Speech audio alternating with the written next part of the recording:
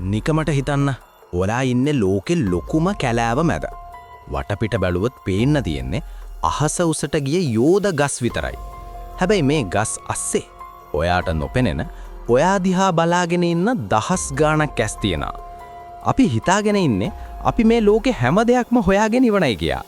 හැබැයි යාළුවනේ තාමත් මිනිස්සුන්ට අඩියක්වත් තියන්න බැරි වුණු අඩියක් තිබ්බොත් ආයෙත් පණ පිටින් එන්න බැරි ටැංක් මේ ඇමසන් වනාන්තරයේ තියෙනවා කියලා ඔයා දන්නවද? තාක්ෂණය කොච්චර දියුණු වුණත් ඇමසන් එකේ සමහර තැන්වලට සැටලයිට් එකකින්වත් එබිලා බදන්න බැරියයි. තාමත් ලෝකෙට රහසක්ව පවතින උතුරන ගංගාව, අඩි 40ක් දිග යෝධ සර්පයන්, පිටසක්වල ජීවීන් හා සම්බන්ධයි කියලා හිතන පුරාණ නගර මේ හැම දෙයක්ම අද අපි එළියට අදිනවා. වීඩියෝ එක ඉවර වෙනකම්ම අපිත් එක්ක රැඳිලා ඉන්න. මොකද අන්තිමට මම කියන දේ ඇහුවොත් ඔයාට රැට නිින්ද යන එකකුත් නැහැ. වනාන්තරයේ විශාලත්වය. ඇමසන් වනාන්තරය පෘථුවියේ පෙනහළු කියලා අපි පොඩි කාලේ ඉඳන් අහලා තියෙනවා. ඒත් මේක නිකම්ම කැලෑවක් නෙවෙයි. මේක හරියට වෙනම ලෝකයක් වගේ. වර්ග කිලෝමීටර් මිලියන 5.5ක්. ඒ කියන්නේ හිතාගන්නකෝ අපේ පුංචි ලංකාව වගේ 84 ගුණයක් විතර ලොකුයි මේ කැලෑව. මේ කැලේ සමහර තැන් කොච්චර ඝනකම්ද කියනවන මහා දවල්ටත් පොළවට ඉර එළිය වැටෙන්නේ නැහැ.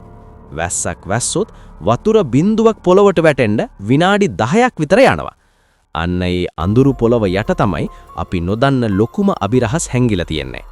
හරි. දැන් අපි යමු මේ කැලේ තියෙන පුදුම හිතන තැනකට. ඔයා කවදාවත් අහලා තියෙනවද ගින්දර නැතුව වතුර නටන ගඟක් ගැන?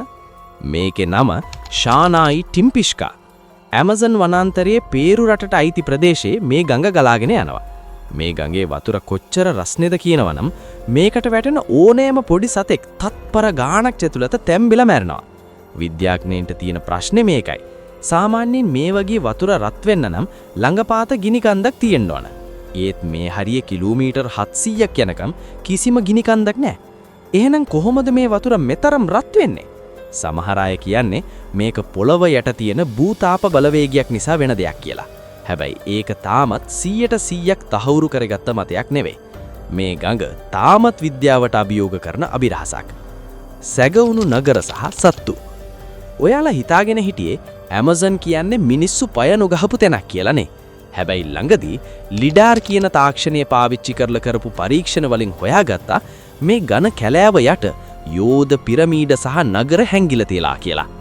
1925 දී පර්සි ෆොසෙට් කියන ගවේෂකයා මේ සිටි ඔෆ් Z කියන රත්තර නගරය හොයාගෙන ඇමසන් කැලේට ගියා. එයා ආයේ කවදාවත් එළියට ආවේ නැහැ. එයාට මොකද වුනේ? එයා ඒ නගරය හොයාගත්තද? නැත්තම් එයා ගෝත්‍රිකයන්ට අහු වුණාද? අදටත් ඒක රහසක්. ඒ වගේම තමයි මෙහෙ ඉන්න සත්තු. ඔයාලා ඇහුවා ඇති ටයිටන බෝවා ගැන. අඩි 40ක් 50ක් දිග මේ යෝධ සර්පයා ඉස්සර මේ කැලේ රජ කරා. සමහරු විශ්වාස කරනවා අදටත් මේ කැලේ අඳුරුම තැන්වල මිනිස් ඇසට නොපෙනෙන මේ වගේ යෝධ ඇනකොන්ඩ සර්පයන් ජීවත් වෙනවා කියලා. මොකද යාළුවනේ ඇමසන් කැලේන් තාමත් අපි ගවේෂණය කරලා තියෙන්නේ හරිම පොඩි ප්‍රමාණයක්. පිටසක්වල ජීවීන්. තවත් පුදුම හිතන කතාවක් තියෙනවා. ඇමසන් වනාන්තරයේ ආශ්‍රිතව ජීවත් වෙන මිනිස්සු නිතරම කියනවා රැට අහසේ අමුතු එලි සහ පියාවන්න පීරිසි වගේ දේවල් දකින්නවා කියලා. බ්‍රසීල රජය පවා ඔපරේෂන් සෝසර් කියලා රහසිගත මෙහෙයුමක් කරා මේ ගැන හොයන්න. මේ කැලේ ජීවත් වෙන සමහර ගෝත්‍රික කණ්ඩායම් අදටත් අපි වගේ ඇඳුම් අදින ෆෝන් පාවිච්චි කරන මිනිස්සු දැකලවත් නැහැ. එයාලා අහස දිහා බලලා තාමත් වන්දනා කරනවා. සමහර විට මේ කැලේ ඇතුලේ අපි නොදන්න ශක්තියක් නැත්නම් වෙනත් ලෝකයකට දොරටුවක් තියනවාද කියලත් සමහර අය සැක කරනවා. යාළුවනේ මේ අභිරහස් කොහොම වුණත් ඇමසන් වනාන්තරය ගැන තියෙන ලොකුම සහ භයානකම ඇත්ත තමයි මේක වේගයෙන් විනාශ වෙමින් පවතින එක. මේ පෘථුවියේ පෙනහළු ටික විනාශ වුණොත් අපේ හුස්ම ටිකත් නතර වෙනවා. මේ අභිරහස් රැකගන්න එක, මේ ගස් කොළන් රැකගන්න එක මුළු මනුෂ්‍ය වර්ගයේම වගකීමක්. ඉතින් ඔයාට මොකද හිතෙන්නේ? ඔයාට chance එකක් ලැබුණොත් මේ වගේ අභිරහස් පිරිණු භයානක ඇමසන් කැලේට යන්න ඔයා කැමතිද? නැත්නම් ගෙදරට වෙලා ඉන්නට සැපද? පහලින් කමෙන්ට් කරන්න ඔයාගේ අදහස. ඒ වගේම මේ වගේ කුතුහලයේ පිරිණු වීඩියෝ දිගටම බලන්න අමතක නොකර අපිව subscribe කරලා bell icon එකත් click කරන්න.